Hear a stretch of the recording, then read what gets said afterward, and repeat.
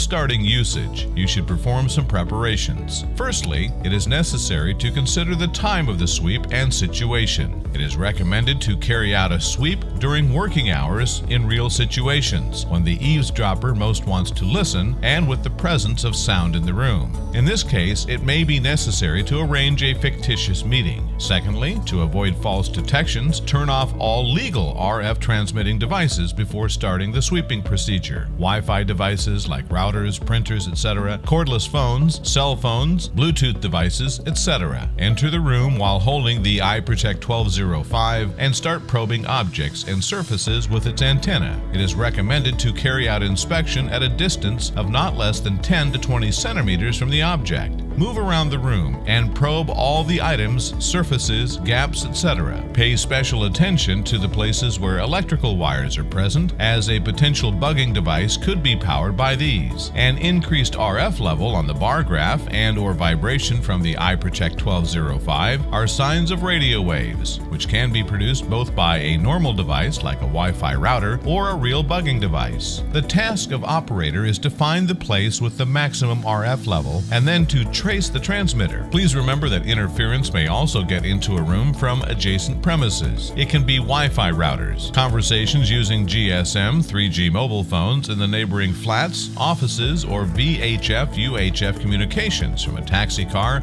standing near the building. If the RF level is strong, the bar graph may show the maximum level. The attenuator function will be useful in this case. Turn it on and continue searching for the place with the maximum level. After finding a place with a strong RF level, go to a physical inspection.